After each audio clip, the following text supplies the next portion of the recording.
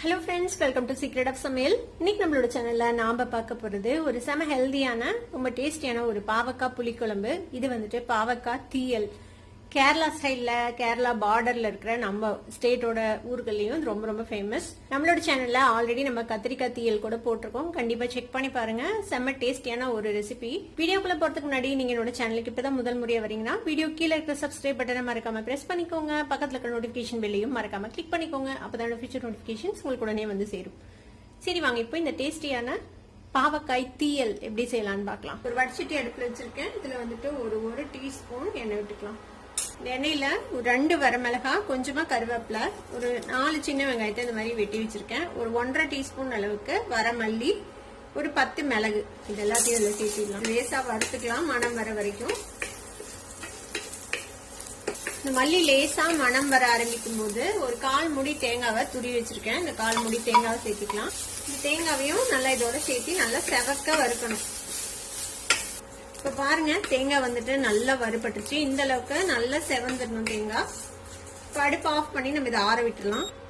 இன்னைக்கு நம்ம பாவக்காய் குழம்பு குக்கர்ல தான் செய்ய போறோம். குக்கர்ல செஞ்சா நிமிஷமா ரெடி ஆயிடும் இந்த குழம்பு. இப்போ ஒரு குக்கர் அடுப்புல வச்சிருக்கேன். இதுல வந்துட்டு நல்லெண்ணெய் விட்டுக்கலாம்.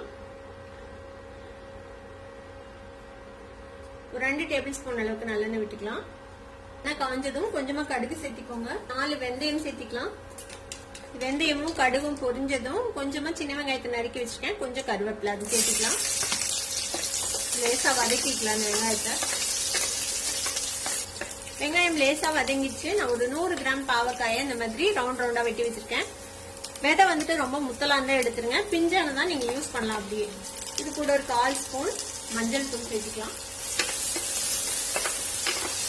பாவக்காவையும் ஒரே 1 நிமிஷம் மட்டும் இந்த எண்ணெயில் நல்லா வதக்கி விடுங்க. இந்த குழம்புக்கு தேவையான அளவுக்கு கல்லுப்பு சேர்த்திக்கோங்க. இதுக்குள்ள நம்ம ஒரு பெரிய நெல்லிக்காய் அளவுக்கு புளிய தண்ணி விட்டு கரைச்சி வச்சிருக்கேன். இந்த தண்ணி விட்டுலாம், புளி தண்ணிய ஒரு 1/2 கப் அளவுக்கு தண்ணி சேர்த்திக்கலாம். இந்த அளவுக்கு தண்ணி விட்டுருக்கேன். ஒரு 1/2 கப் தண்ணி இந்த பாவக்கால முழுகிற அளவுக்கு விட்டுருக்கோம். இப்ப நம்ம குக்கரை மூடி ஜஸ்ட் ஒரு விசில் விட போறோம். இப்ப நம்ம வறுத்த அந்த தேங்காய், வெங்காயம், வரமிளகாய் அது எல்லாத்தையுமே ஒரு மிக்ஸி ஜார்ல மாத்தியாச்சு. இது வந்து தண்ணி விட்டு நல்லா நைஸான ஒரு பேஸ்டா அரைச்சு எடுத்துக்கலாம். இது மாதிரி நல்லா நைஸான ஒரு பேஸ்டா அரைச்சு எடுத்துட்டு வந்தாச்சு. ஒரு விசில் விட்டு ஆஃப் பண்ணியாச்சு. குக்கரை ஓபன் பண்ணி பார்க்கலாம். பாவக்காய் வந்து ரொம்ப சாஃப்டா குக் ஆகல, ஆனா 1/4 வாசி குக் ஆயிடுச்சு. இதுல நம்ம அரைச்சு வச்சிருக்கோம்ல இந்த விழுதை வந்துட்டு இதுல சேர்த்திடலாம். இப்ப அடுப்பை திருப்பியும் ஆன் பண்ணிக்கலாம். நல்லா மிக்ஸ் பண்ணி விடுங்க. முன்னாடி கொஞ்சமா உப்பு சேர்த்தணும். இப்போ உப்பு கொஞ்சம் பத்தல, இன்னும் கொஞ்சம் உப்பு சேர்த்திக்கலாம். அதுல தேவையான அளவுக்கு. இந்த மிக்சியில கொஞ்சம் தண்ணி விட்டு கலந்து வச்சிருக்கேன். ஒரு 2 டேபிள் ஸ்பூன் அளவுக்கு அந்த தண்ணி இதுல விட்டுடலாம். இப்போ இந்த மசாலாவோட சேர்ந்து வெந்து கொஞ்சம் எண்ணெய் தெளியணும். அது வரைக்கும் நம்ம இதை வந்துட்டு வேக வச்சுக்க போறோம். ஒரு 5 நிமிஷம் இதை மூடி போட்டு நம்ம அப்படியே வேக விடலாம். இப்போ இதை மூடி போட்டு ஒரு 5 நிமிஷம் இப்படியே வேகட்டும் சிம் ஃபிளேம்ல. ஒரு 5 நிமிஷம் வெந்திருக்கு. நம்ம ஓபன் பண்ணி பார்க்கலாம். பாத்தீங்கன்னா தெரியும், நல்ல எண்ணெய் தெளிஞ்சிச்சு பாருங்க. இந்த ஸ்டேஜ்ல ஒரு 1/2 டீஸ்பூன் அளவுக்கு வெல்லம் இல்லைன்னா நாட்டு சர்க்கரை ஏதாவது சேர்த்துக்கோங்க. இது வந்து ஆப்ஷனல். இந்த லேசான இனிப்பு வந்து அந்த கசப்பை வந்து கொஞ்சம் பேலன்ஸ் பண்ணும். காரமும் அப்படிதான். நான் வந்து மைல்டா தான் காரம் சேர்த்திருக்கேன் இன்னைக்கு. 2 வரமிளகாய்.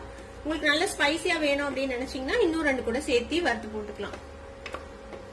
இந்த போட்ட வெல்லம் வந்துட்டு கரையிட்டும். அது வரைக்கும் மட்டும் ஒரே ஒரு கொதி விட்டு நம்ம ஆஃப் பண்ணிட வேண்டியதுதான்.